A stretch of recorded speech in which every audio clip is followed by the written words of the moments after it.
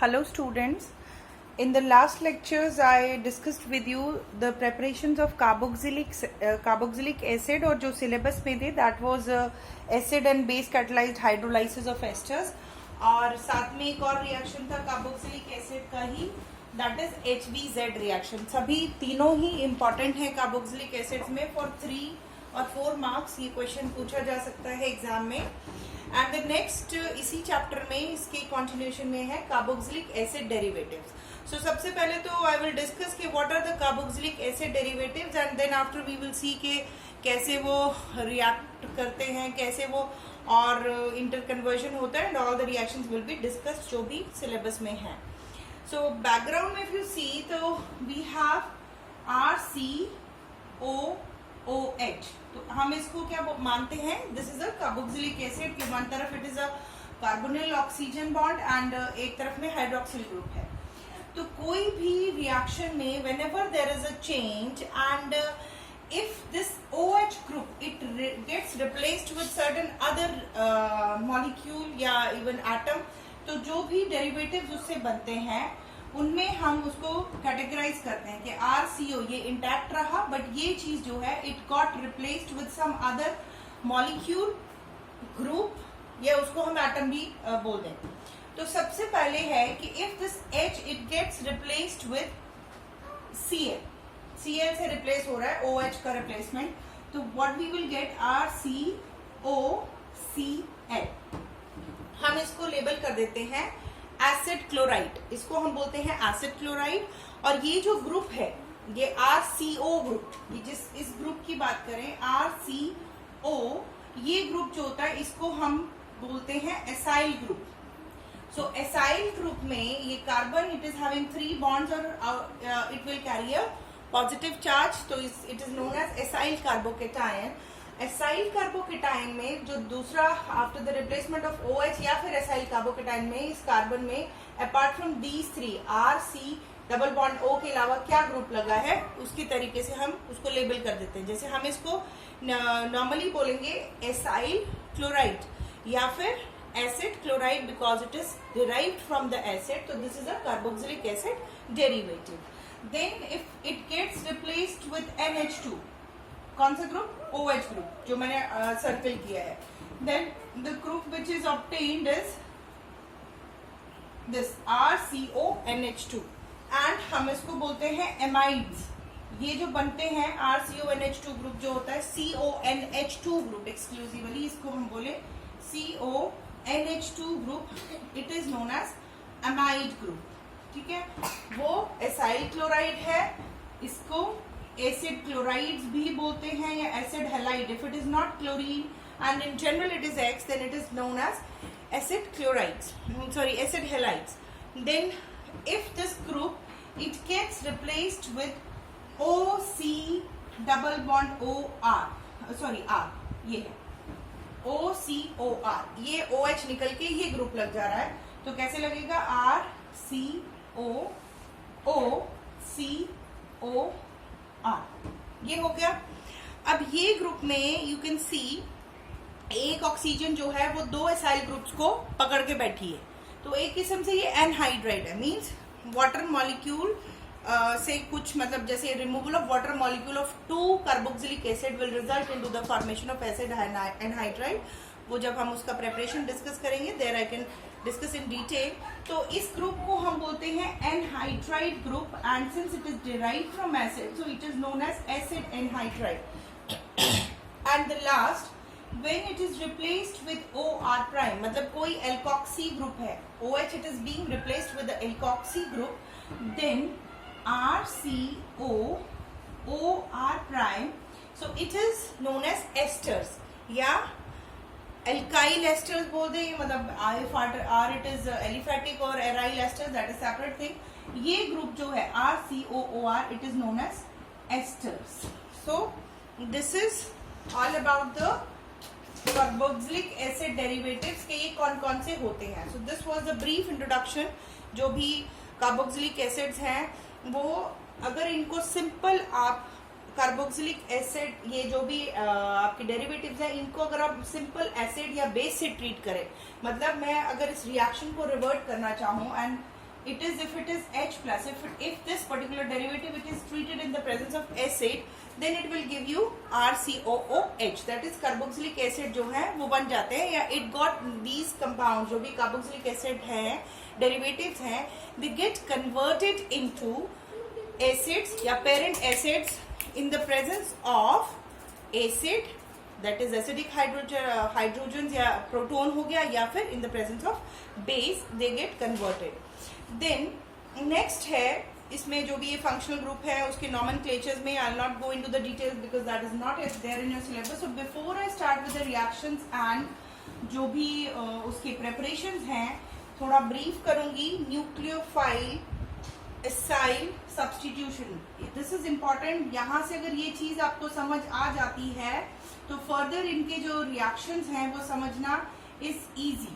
Nucleophilic acyl substitution. Acyl substitution में मैंने substitution को सिंपल एब्रीविएट कर दिया SUBN.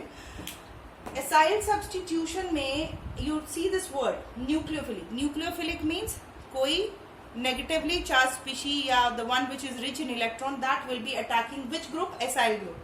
एसाइल ग्रुप मतलब RCO, और ये कोई आपने इसको Z लेबल कर दो. जो भी हमारे पास अभी कार्बोक्सिलिक एसिड डेरिवेटिव्स आए उसको मैंने Z ले लिया.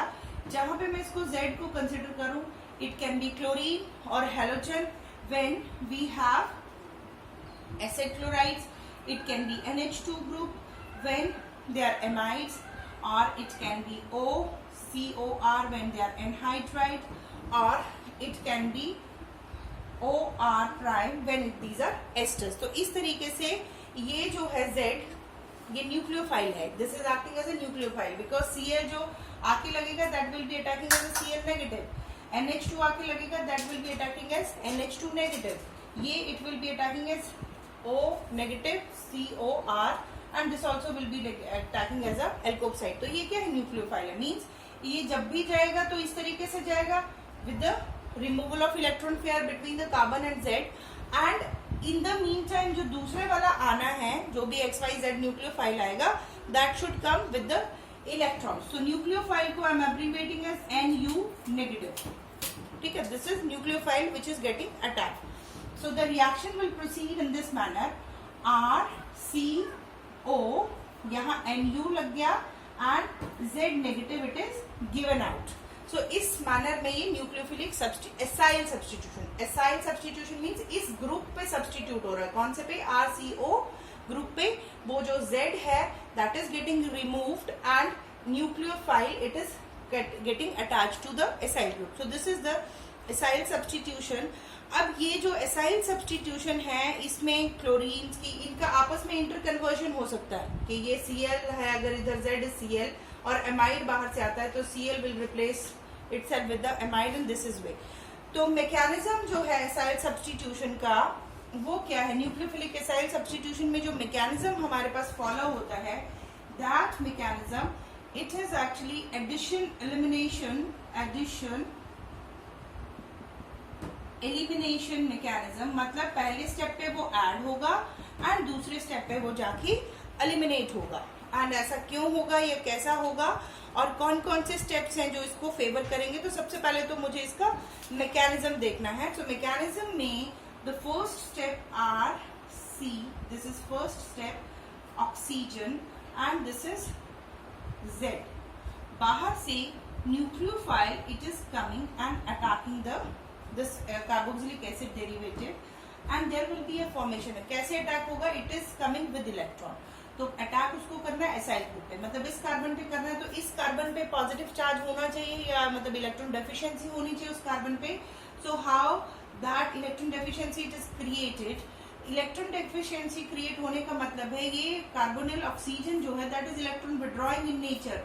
ये मैंने आपको फर्स्ट ईयर में भी बताया था. Whenever the oxygen it is present in double bond with the carbon atom, it always exhibits the electron withdrawing effect.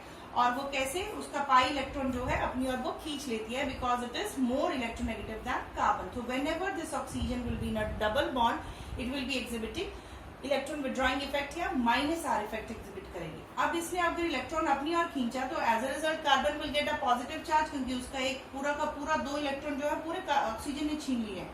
So due to that this nucleophile के लिए एक साइट अवेलेबल होगी where it can form bond with the carbon by donating its electron pair, and this is how the intermediate will be formed where oxygen and carbon bond, it is in the state of cleavage. जो एक bond है Z को हम ऐसा रहने देंगे, Z को हम नहीं डिस्टर्ब कर रहे हैं, एट अ टाइम 2 ही बॉन्ड होने हैं disturb, and this is as NU. So this will be having a partial negative charge जो अपनी और इलेक्ट्रॉन खींच रहा है, एंड इसके ऊपर थोड़ा सा पार्शियल पॉजिटिव चार्ज आ जाएगा बिकॉज ये इलेक्ट्रॉन अपने दे रहा है। So due to this now we will have a tetrahedral intermediate, and after that जो bond cleave हो रहा है that will finally cleave down and we will have R, C, O negative, Z and NU. So this will be the intermediate which will be formed where the oxygen will carry a negative charge. Then after that next step में what will happen, मैं यहीं से erase करके ऊपर वाली तरफ लिखूंगी because may be जो नीचे से बोर्ड है दैट इज नॉट विजिबल। यहाँ पे नेक्स्ट स्टेप में क्या होगा, oxygen will give its electronegative charge back into the bond between carbon and oxygen, due to which Z will be eliminated out. मतलब Z जो होगा वो कार्बन का ग्रुप छोड़ देगा, and R, C, O, NU, this will be the substituted acyl group which is formed, and Z negative will be released out. तो ये इसका मैकेनिज्म हुआ, this is the first step, और यहाँ से ये इसका सेकेंड स्टेप है। जो नेक्स्ट है दैट इज सेकेंड स्टेप। अब इसी को हम डिस्कस करेंगे मैकेनिज्म को ही पहले कि एडिशन एलिमिनेशन है, तो यहाँ से ये जो पहला स्टेप है उस पर सीधे सीधे न्यूक्लियोफाइल ऐड हो रहा है, ये स्टेप हो गया addition step. And the second step, ये वाला स्टेप जो स्टेप नंबर 2 है, इसको हम एलिमिनेशन स्टेप बोल रहे हैं, मैंने इसे ही लिख दिया एलिमिनेशन में।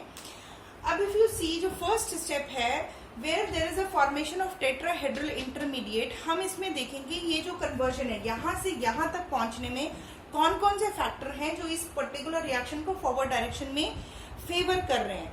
तो फेवरिंग कैसे हो सकती है कि ये जो R ग्रुप लगा है, पहली चीज तो ये है कि ट्रांजिशन स्टेट में we are having a charge separation, एक ऑक्सीजन के ऊपर नेगेटिव चार्ज है and nucleophile is having a positive charge. तो ये जो टेट्राहेड्रल स्टेट बन रही है वो किसी तरीके से अगर स्टेबलाइज हो पा रही है तो वो स्टेबलाइजेशन के लिए आपके पास क्या चीज बचती है, सिर्फ ये R ग्रुप किस एक्सटेंट तक उसको स्टेबलाइज कर सकता है, उससे ये rate of forward reaction will be favoured. तो R ग्रुप में अगर आपके पास ऐसा R ग्रुप लगा है which is electron withdrawing in nature, electron withdrawing nature में होगा तो वो आराम से उस रिएक्शन को स्टेबलाइज करेगा, ट्रांजिशन स्टेट को स्टेबलाइज करेगा कि वो nucleophile which is coming with the electron, carbon की इलेक्ट्रॉन डेफिशिएंसी और बढ़ाएगा। एक तो ऑक्सीजन अपनी और खींच रहा है, दूसरी तरफ से इस तरफ से भी टेंशन है। तो जब इलेक्ट्रॉन विड्रॉइंग ग्रुप पड़ा होगा, दिस इज इंपॉर्टेंट कि electron withdrawing group will favour the addition step. ये जो पहला है that first step going towards the transition state will be favored when there is a electron withdrawing group which is present.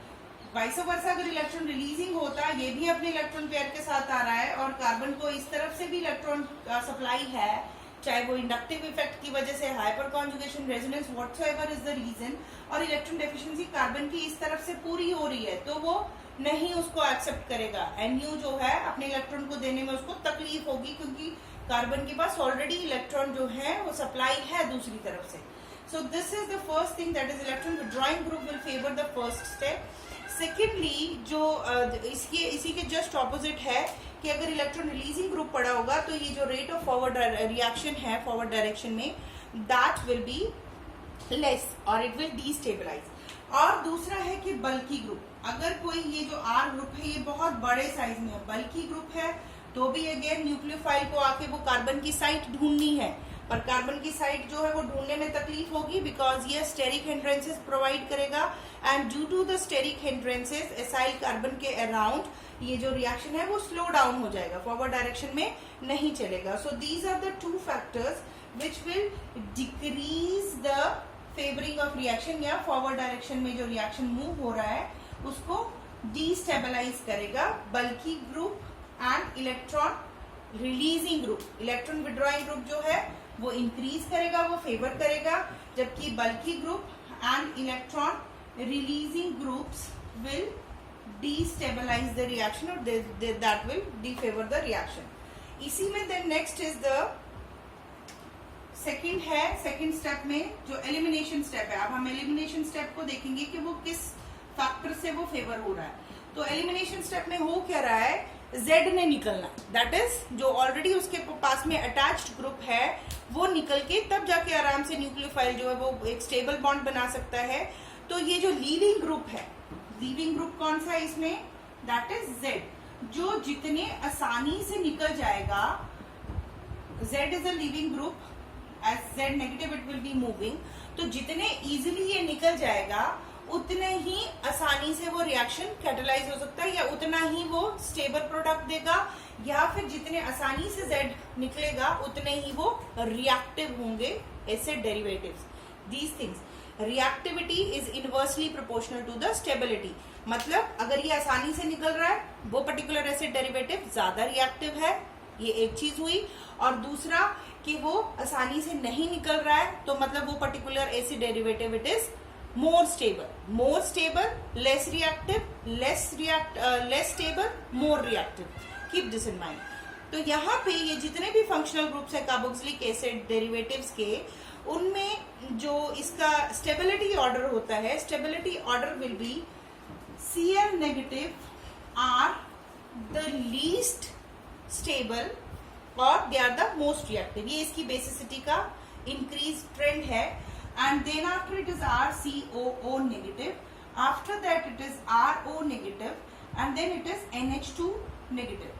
तो सबसे easily, this is stability, mind it, this is not reactivity or tendency to get reduced, this is the stability.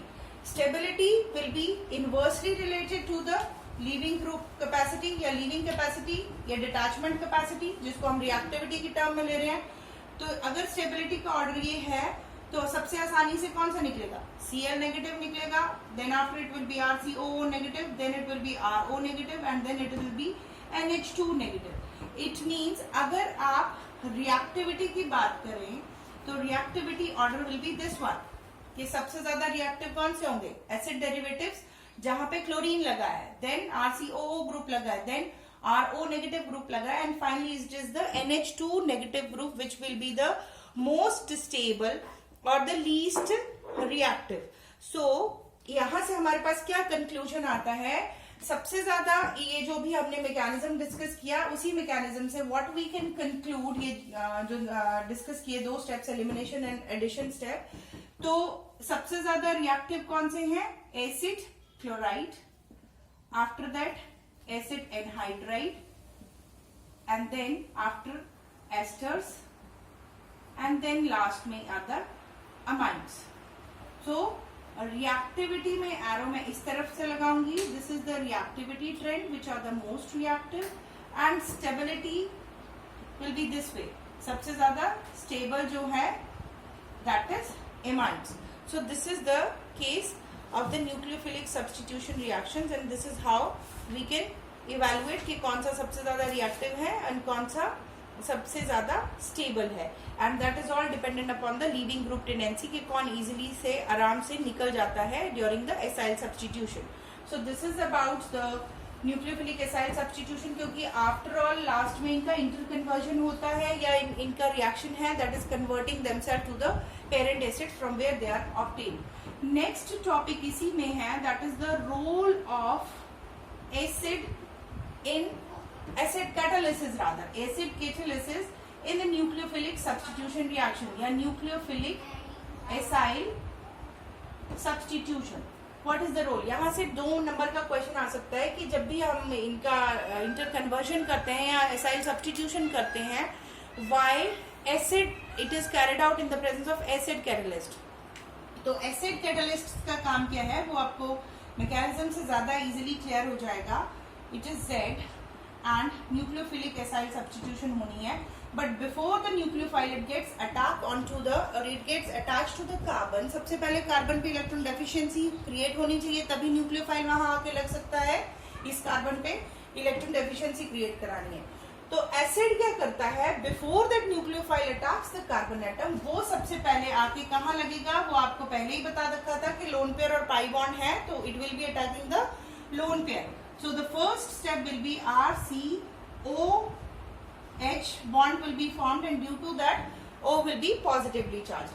The very next step will be the abstraction of pi electron by the oxygen. जब ये oxygen अपने electron को, carbon और oxygen वाले electron को अपनी ओर खींचेगा, इन the mean time जो न्यूक्लियोफाइल है that will be attacking this carbon. इसको मैं प्लस नहीं लिखूंगी, इसको मुझे एक्चुअली एरो हेड पे लिखना चाहिए because this is not the product of first reaction. So I can write it here Nu negative. जिस टाइम पे ऑक्सीजन के ऊपर पॉजिटिव चार्ज इस एसिड ने क्रिएट कर दिया, एज ए रिजल्ट ऑक्सीजन कहां से, पीछे वाली तरफ से इलेक्ट्रॉन्स को खींचेगा कार्बन की तरफ से, एंड कार्बन की इलेक्ट्रॉन डेफिशिएंसी कहां से कंपनसेट होगी, फिर externally from the nucleophile that can form bond with the carbon. So this RCNu and OH, this particular tetrahedral intermediate will be formed. And last में tetrahedral intermediate जब बन रहा है, वो tetrahedral intermediate will B undergoing rearrangement where this H will be leaving as H positive and Z will be leaving as Z negative. वो bond आपको पूरे करने हैं, इस वजह से आप ये देख सकते हैं कि क्या हो रहा है, कैसे हो रहा है. This will be the substituted acid derivative which is formed. Now the question was कि ये एसिड क्या कर रहा है ऐसा. तो यहाँ से आप क्लियरली देख सकते हैं, जब एसिड कैटलाइज्ड रिएक्शन है तो वो सिंपली उसको फैसिलिटेट कर रहा है न्यूक्लियोफाइल के अटैक को.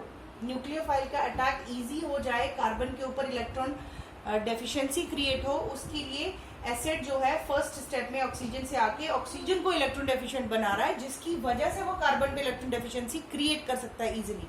अगर मैं H+ नहीं लेती और रिएक्शन मुझे यहाँ से शुरू करना होता, हो सकता है ये जो R ग्रुप लगा है उसमें इलेक्ट्रॉन रिलीजिंग ग्रुप है, या मतलब जो भी R ग्रुप का नेचर है, that R group it is not letting the nucleophile to enter into the carbon sphere, मतलब वो कार्बन के साथ बॉन्ड नहीं बनाने दे रहा है, या ऑक्सीजन जो है इसका पाई इलेक्ट्रॉन अपनी ओर नहीं खींच पा रहा है. तो acid it is doing nothing but it is simply catalysing the reaction, और it is accelerating or easing the attack of nucleophile onto the carbonyl carbon. This is the role of acid in the nucleophilic acid substitution.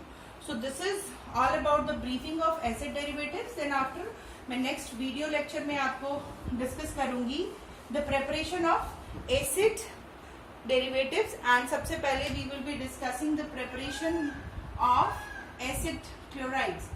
So this will be the first topic, that is the preparation of acid chlorides, but for that I will be uploading the next video.